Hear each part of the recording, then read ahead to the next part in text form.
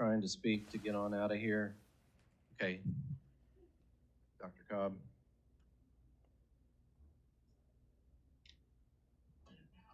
Good morning. I have some stuff written down. This microphone, okay. I have some stuff written down, but I don't think I'm going to use all of that. And, you know, Carrie, as long as you're making motions, I've got a few others that you could make.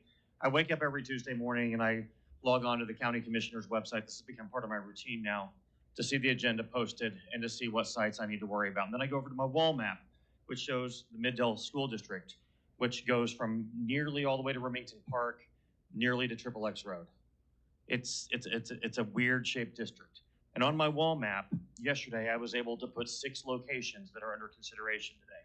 And I realize they're not all really under consideration. You've already voted one off, and I appreciate that because that location is in Middle. 2 of the other new locations are in Middle. IT-40 in Sunny Lane, IT-40 in Anderson Road.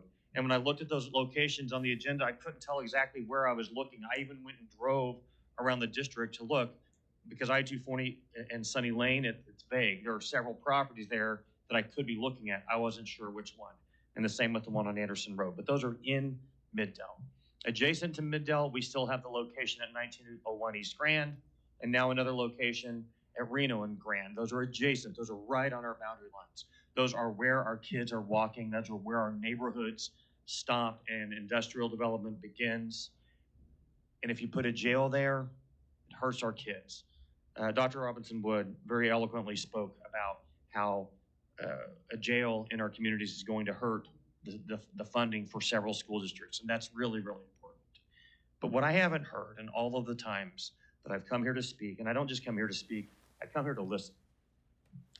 I have not heard a valid reason that I can take back to my community and explain to them why the current location for the jail is not being considered. I've heard a lot of words, but I've not heard what I would say is a valid explanation.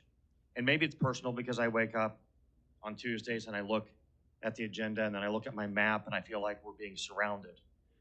But Commissioner Davidson, I want to respectfully mention something you wrote on Facebook last week in response to Representative Lowe. You said, "We must find alternative solutions that address these concerns. Let us work collaboratively to find a solution that ensures public safety and meets the requirements for a state-of-the-art facility while preserving as much of the taxpayer dollar as possible." What part of this process has been collaborative? This room was even more full than this. It's still pretty dang full. You have people from, I feel like, the forgotten corners of Oklahoma County who don't feel like their voices have been heard.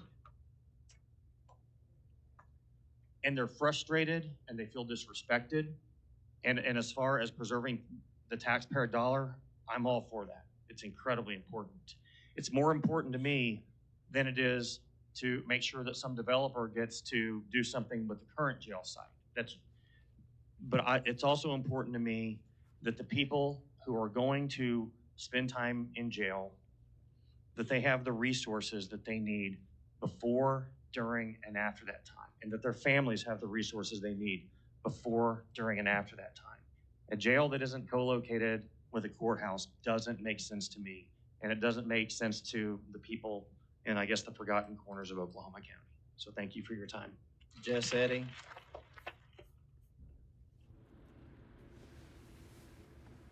Morning, Commissioners. Proud of the community for showing up today.